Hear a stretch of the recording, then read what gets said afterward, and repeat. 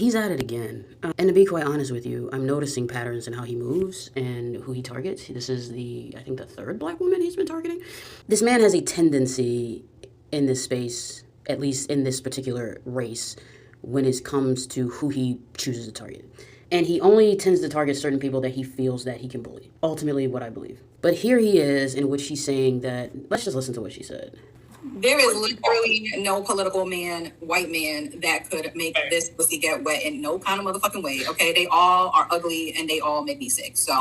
Now, you can find the clip on YouTube. It was her, Kenny, and I don't know why I keep forgetting that man's name. I'm so apologize. But they have a little podcast together where they talk about, politics. Anyway, the conversation was lighthearted. Which white man would you sleep with? Because they were having conversations about race. And effectively, this woman's married. So her calling them ugly and what else did she say? Make her sick. I just viewed that as, I ain't got nothing to do with this. Keep me out of it, yada, yada, yada. Almost on some they got cooties type thing. Whatever. Didn't take it seriously. But here's what Keith decides to do. He decides to say no one should listen to anyone with disgusting, bigoted opinions like these. Okay, cool. But he ignores his entire behavior. Now let's see what he was responding to, because he put this in response to something she said, which is a response to something he said. He originally said, in response to Roland Martin, who told people who do not have a stake in Texas, who don't live in Texas, to sit down and to basically stop talking about a state they know nothing about. He responds and says, my videos on this race have more views than your, quote, media company. Maybe find some humility. Now, if you're black, that reads as if he's anti-uppity Negro. And that's really what it feels like to me when he responds to a lot of these black content creators. It's the uppity Negro syndrome for him. But to sit there and say that about Roland Martin and his, quote, media company, and say that because you have more views, therefore you have more relevancy and you should be taken seriously, or more seriously than a Roland Martin, a man who is literally, as I've said before, a walking encyclopedia when it comes to American history in general. It crossed the line for a lot of people, especially people in the black community, and they responded to him. One of the responses came from Tiff, in which this is all she says. Roland never labeled Adam racist. Instead, he said Adam was uninformed about Texas. Then she goes on to say Roland has an audience, cultural relevance, and is a real journalist. The stupidity pains me. That was her response to his response. That's all she said. Keep in mind, people have been dragging this man up and down the internet, but he chose her.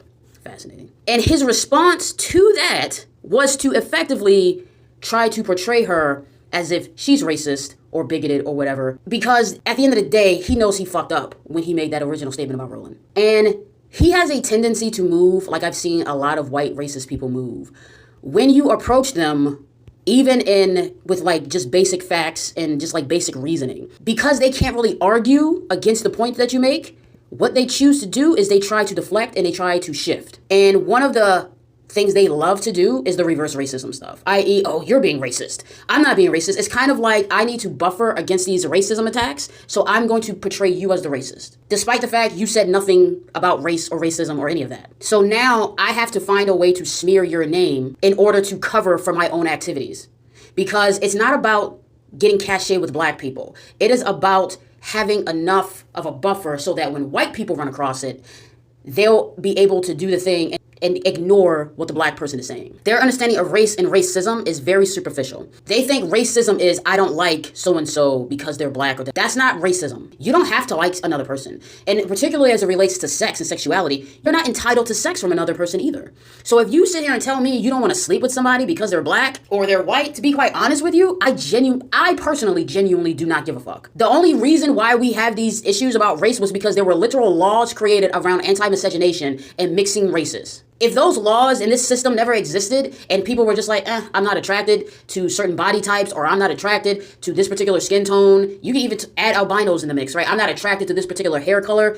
Nobody would really care, because sexual attraction is a physical thing. But the reason why we put such a stigma on it is because of the anti-miscegenation laws, which again, were not created by black people. They were created by white people for the purposes of keeping black people out of things.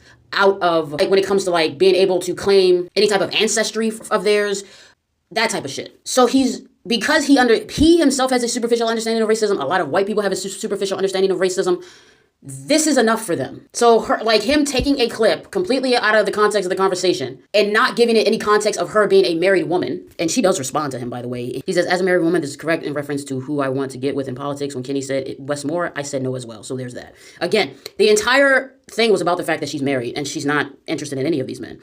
And I went through and I don't see Keith responding to her. Keith never directly responds to her. Even though she responds to him this very inflammatory ass post, she's still keeping a very calm response. He's not going to respond to her because that's not what he does. If anything, he really wants a reaction. Because again, his purpose is to try to portray you as the bigot in order for him to hide his own bigotry and his own behavior.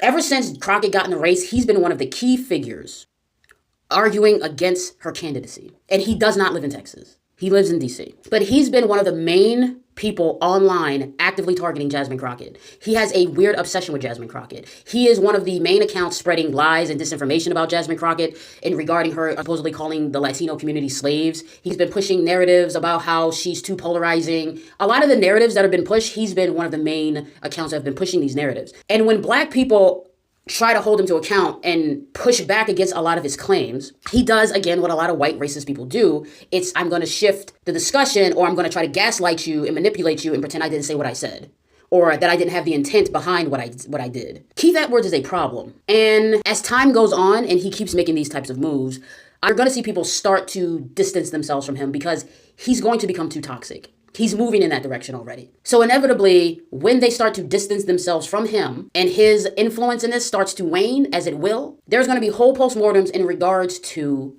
him and who he represents and what he was about. And as you can say, he touts himself as a Democratic strategist, but he's the worst kind of Democratic strategist.